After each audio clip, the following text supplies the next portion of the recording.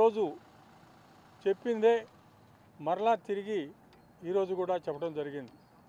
ఆయన మరి ఈ రాజీనామాలు మీరు స్వచ్ఛందంగా చేశారా, ఎవరి ప్రమేయం ఉందా అని అడిగాడు.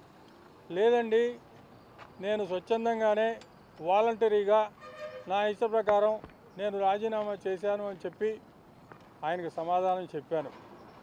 మరి ఇంకా ఆయన కొన్ని ప్రశ్నలు దీనికి సంబంధించిన కాకపోయినా కొన్ని ప్రశ్నలు ఆయన వేయటం జరిగింది. నేను వాటికి కూడా సమాధానాలు తెలియజేయడం జరిగింది.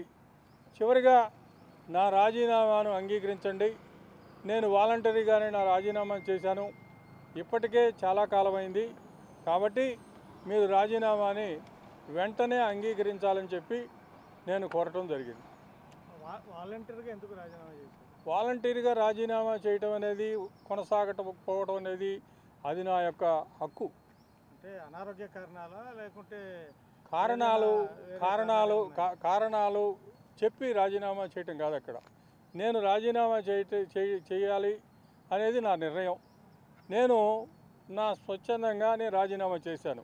అంతేగాని నీకు అనారోగ్య కారణాలు ఉన్నాయా, లేకపోతే ఇంకెవరైనా బలవంతం చేశారా, లేకపోతే ఇంకొక ఏదన్నా కారణాలు ఉన్నాయా, ఇవన్నీ ఉండవు రాజీనామాలో. రాజీనామా చేసేటప్పుడు ఎట్లా చేయాలి అనేది లెజిస్లేటివ్ కౌన్సిల్ యొక్క రూల్స్ ఉంటాయి. ఆ రూల్స్ ప్రకారం ఆ ఫార్మెట్లో చేస్తే రాజీనామాను అంగీకరించాలి. కారణాలు లేకపోతే ఇంకా దానికి మించి ఏది చేసినా కూడా ఆ రాజీనామాని అంగీకరించబడదు. అది రూలు. అది లెజిస్లేటివ్ కౌన్సిల్ పాస్ చేసినటువంటి రూల్స్. ఆ రూల్స్ బుక్లో క్లియర్గా ఉంది. దాని ప్రకారమే వాళ్ళు ఇచ్చిన ఫార్మెట్లోనే నేను రాజీనామా చేశాను. అంటే రాజీనామా చేసిన తర్వాత ఆమోదించక ముందే మీరు వేరే పార్టీలో చేరడానికి ఏంటి సార్ అది? నేను ఇంకా ఆల్రెడీ మీరు ఇంకో పార్టీ ఎమ్మెల్సీగా కొనసాగుతున్నారు. ఇప్పుడు నేను రాజీనామా చేసింది ఆమోదించమనే అడిగాను. ఓకే, నేను ఆమోదించమనే అడిగాను. ఆమోదించకుండా ఇంతకాలం పెట్టడం అనేది వాళ్ళు ఉద్దేశాలు సపరేట్గా ఉండొచ్చు. అంతేగాని నేను రాజీనామా చేయకుండా ఒక పార్టీ టికెట్ మీద గెలిచి బీఫారం తీసుకొని గెలిచిన తర్వాత ఆ పార్టీ టికెట్ మీద నేను కొనసాగడానికి నేను నిర్ణయించుకోలేదు. కొనసాగకుండా ఉండటం కోసం నేను రాజీనామా చేశాను. వేరే పార్టీలో కొనసాగటం కోసమే మీరు ఈ పార్టీ నేను వేరే పార్టీకి కొనసాగటం కోసం ఎన్ని కాదు, నేను రాజీనామా చేశాను కదా. రాజీనామా చేసిన తర్వాత నా రాజీనామాని యాక్సెప్ట్ చేయాలి కదా వాళ్ళు. నేను వేరే పార్టీకి పోలేదు కదా, రాజీనామా చేశారు కదా మీరు. రాజీనామాని నేను యాక్సెప్ట్ చేయమని అడిగాను, వాళ్ళు యాక్సెప్ట్ చేయలేదు. వాలంటరీగా నేను చేశాను, ఎక్కడా బలవంతం లేదు. నేను రాజీనామా చేసిన తర్వాత ఇన్ని నెలలు కూడా వాళ్ళే యాక్సెప్ట్ చేయలేదు. నేను రాజీనామా చేయకుండా వేరే పార్టీల్లో చేరి నేను అక్కడ కనుక నా సభ్యత్వాన్ని కంటిన్యూ చేయాలని నేను కోరితే మీరు అడిగినటువంటి అర్థం ఉంది. ఇప్పుడు కూడా నేను కోరట్లేదు కదా. ఇప్పుడు కూడా నా రాజీనామాని నేను కొనసాగాల, నేను వేరే పార్టీలో ఉన్నాను కాబట్టి నేను ఎమ్మెల్సీగానే ఉండాలి నేను అడగట్లేదుగా. సార్ ఇక్కడ ఒక బేసిక్ పాయింట్ చెప్పండి. మిమ్మల్ని గెలిపించిన పార్టీ ఒకటి, గెలిపించి శాసనమండలికి పంపించిన పార్టీ ఒకటి ఉంది. అవును. తర్వాత మిమ్మల్ని మీ మీద విశ్వాసంతో ఉన్నటువంటి ప్రజలు అయితేనేమి కార్యకర్తలు అయితేనేమి ఉంటారు. కార్యకర్తలే మీ ఇష్టం.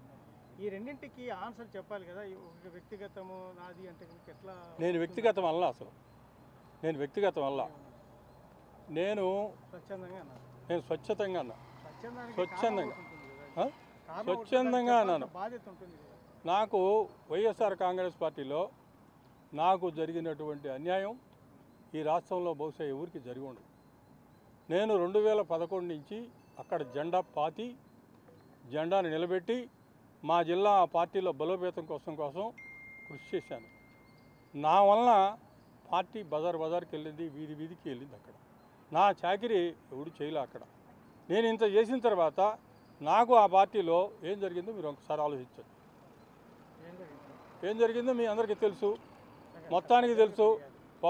పబ్లిక్గా నాకేం చేస్తామన్నారు, పబ్లిక్గా ఏమి చేస్తామని చెప్పి చేయలేదు. చేయకపోగా ఇంకా రాజశేఖర్ అనేవాడిని ఎట్టి పరిస్థితుల్లో కూడా చిలకలూరుపేట నియోజకవర్గంలో వాడిని రాజకీయంగా బలపడటానికి వీలు లేదు అనేటువంటి ఉద్దేశంతో 5 సంవత్సరాలు నా మీద తొక్కిడి పడింది. మామూలుగా కాదు, 5 ఏళ్ళు తొక్కిడి పడింది. సరే 5 ఏళ్ళు ఓర్చుకున్నాం. 5 ఏళ్ళ తర్వాత 4 సంవత్సరాల తర్వాత నాకు పదవి ఇచ్చాడు. ఆ పదవి రాకముందు కూడా నేను ఆయన ఎప్పుడైతే నాకు పదవి ఇవ్వకుండా దూరం పెడుతూ ఎమ్మెల్సీ పదవులు వచ్చినప్పుడల్లా కూడా నీదే పదవిని కవర్ చేస్తారు, పదవి ఇవ్వడానికి నాకు రాదు, పక్కవాడికి ఎవడికో ఇచ్చుకుంటుంది, దానికి కూడా కాదు. ఇక నేను పోవటం మానేశా. నేను ఆ పార్టీలో తిరగటం కానీ పార్టీలో పోవటం కానీ ముఖ్యమంత్రి గారు అప్పుడు ఉన్నటువంటి ముఖ్యమంత్రి గారు జిల్లాలకు పదవులకు వచ్చినప్పుడు కానీ నేను పోకపోతే నన్ను మరలా ఒకళ్ళకి ఇద్దరు నా దగ్గరికి పంపించి పిలిపించుకొని మరలా వాళ్ళు నన్ను దగ్గరికి తీసుకొని నాకు 2023 సంవత్సరంలో నాకు పదవి ఇచ్చారు. సరే పదవి ఇచ్చారు కాబట్టి ఎన్నికల ముందు నేనేమి వేరే రకంగా ఏం చేయలేదు, పార్టీలోనే ఉన్నాను, పార్టీ కోసమే పనిచేశాను. మరి 2024 ఎన్నికలు అయిపోయిన తర్వాత 24 ఎన్నికలు అయిపోయిన తర్వాత నన్ను పిలిచి నీకు చిలకలూరిపేట నియోజకవర్గం ఇన్ఛార్జ్ ఇస్తున్నా అని చెప్పాడు. చిలకలూరిపేట నియోజకవర్గం ఇన్ఛార్జ్ ఇస్తున్నా అని చెప్పిన తర్వాత మరలా ఎవరైతే చిలకలూరిపేట నుంచి గుంటూరు పంపించారో మరలా తీసుకొచ్చి ఆమెను పెట్టాడు. ఇంక ఎట్టి పరిస్థితుల్లో కూడా నాకు ఇక్కడ గౌరవం లేదు, ఉండటానికి వీలు లేదు అని చెప్పి నేను కానీ నాకు సంబంధించినటువంటి వాళ్ళు కానీ అందరం కూడా నిర్ణయం తీసుకున్న తర్వాతనే వెళ్ళారు. అంటే విడుదల రాజనే ఒక కారణం ఏదైనా కానీ ఇప్పుడు ఒకసారి కాదు కదా, నాకు మంత్రి పదవి ఇస్తా ఉన్నారు, ఎమ్మెల్సీ ఇస్తా ఉన్నాడు 2019 కానించి ఇది నడుస్తూనే వచ్చింది, 23 దాకా నడిచి వచ్చింది.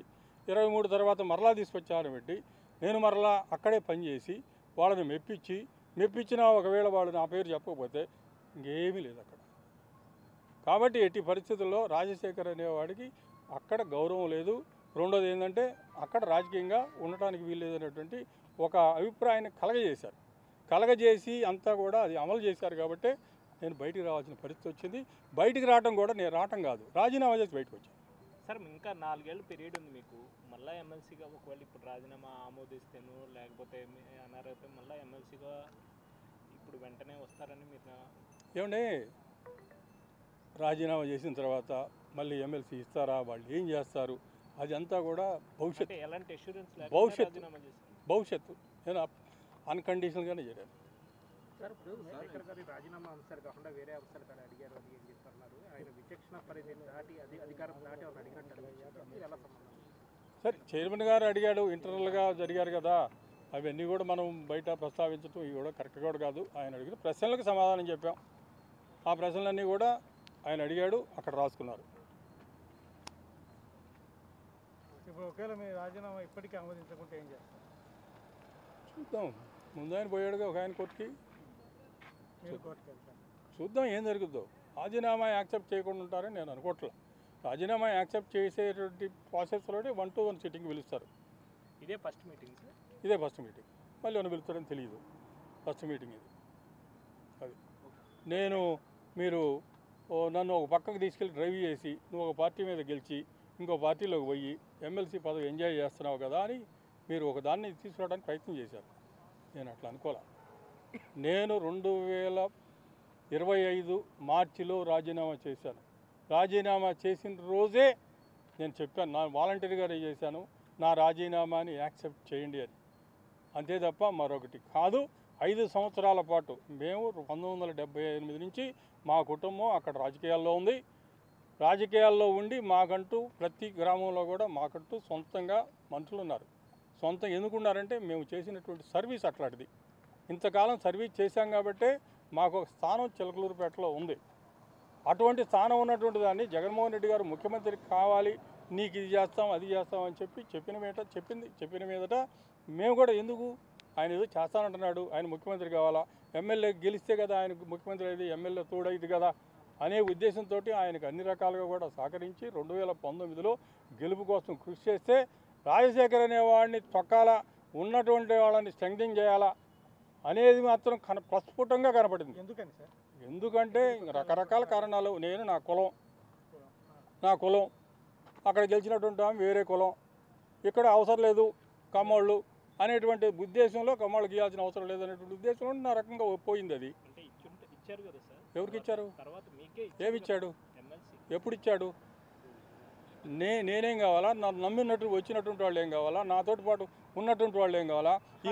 ఉండండి అనుకున్నప్పుడు ఎమ్మెల్సీ ఉండండి. నాకు ఎమ్మెల్సీ పదవి వచ్చి నేను జీతం తీసుకోవడానికి కాదండి, రాజకీయాల్లో ఉంది. నేను ఉన్నాను అంటే నాతో పాటు కొంతమంది జనం ఉంటారు అక్కడ.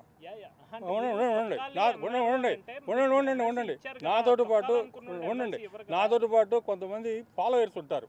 వాళ్ళందరూ కూడా చిత్తశుద్ధితో పనిచేశారు. ఎప్పటి నుంచి పనిచేశారు? జగన్మోహన్ రెడ్డి గారు పార్టీ పెట్టినప్పటి నుంచి పనిచేశారు. జగన్మోహన్ రెడ్డి గారు పార్టీ పెట్టినప్పటి నుంచి పనిచేసి తొక్కించుకోవడానికి పనిచేశారా? నన్ను తొక్కడం అంటే నా దగ్గర ఉన్నటువంటి వాళ్ళు మొత్తాన్ని తొక్కడమే. తొక్కారు. 2023 నీకు పదవి ఇచ్చారు కదా అన్నావు. పదవి దేనికోసం ఇచ్చారు? పదవి రాజశేఖర్కి ఇకపోతే తిరిగే పరిస్థితి లేదు, రాజశేఖర్కి అన్యాయం జరిగింది అని కోడే కూర్చుంది లోకం. మీరే కదిలితే రాజశేఖర్ అనేటువంటి వాడికి 10సారి ఇస్తామన్నారు, ఇవ్వలేదు. ఆ పరిస్థితి వచ్చింది. తప్పనిసరి పరిస్థితుల్లో నాకు పదవి ఇచ్చారు. తప్పనిసరి పరిస్థితులు ఇచ్చారు. ప్రతి మీడియా మీరందరూ కూడా చెప్పారు. చెప్పిన మీదట గుక్క దిప్పుకోలేక నాకు పదవి ఇచ్చారు. పదవి ఇస్తే మీరు ఏదో ఒకటి ఇచ్చారు కదండి, ఏదో ఒకటి చేంజ్ చేసుకోవాలా? ఏదో ఒకటి కాదు, మీరు తొక్కారు కదా. ఇక్కడ మీకు కమ్మకులం అని తొక్కారు. అవును. ఇక్కడ కమ్మకులానికి ప్రాధాన్యత ఉందని వచ్చారా? ఎక్కడ అసలు కమ్మ కులం ఇదే కాదు. ఇక్కడ కమ్మ కులానికి ప్రాధాన్యత ఉందనే కాదు. నేను ఎప్పుడు కమ్మవాడిగా కనుక నేనే కనుకున్నట్టే నాతోటి ఉన్నటువంటి వాళ్ళు కమ్మవాళ్ళు అనుకున్నట్టే నేను అట్లా కాదు. నాతోటి ఉన్నటువంటి ఫాలోవర్స్ అందరూ కూడా అన్ని కులాలలో ఉన్నారు. ఎక్కువ మంది నాతోటి ఉన్నటువంటి వాళ్ళందరూ కూడా ఇతరత్ర కులాలే. ఉండండి. నేను మొదటి నుంచి ఆ భావంలో ఉన్నటువంటి వాడు కాదు. నేను ఒకటి మాత్రం క్షుణ్ణంగా చెప్పగలనండి, వైఎస్ఆర్ కాంగ్రెస్ పార్టీ మీద 100% తెలుగుదేశం పార్టీ ప్రజాస్వామ్య పార్టీ 100%. చరిత్ర సృష్టించినోడు ఇప్పుడు ఆ చరిత్రని తిరగరాయబోతున్నాడు. అబద్ధాల గోడల్ని బద్దల కొట్టి నిజాలను రాగా మీ ముందుంచబోతున్నాడు. నిజమైన వార్తల కోసం వెంటనే డౌన్లోడ్ చేసుకోండి రా యాప్ని.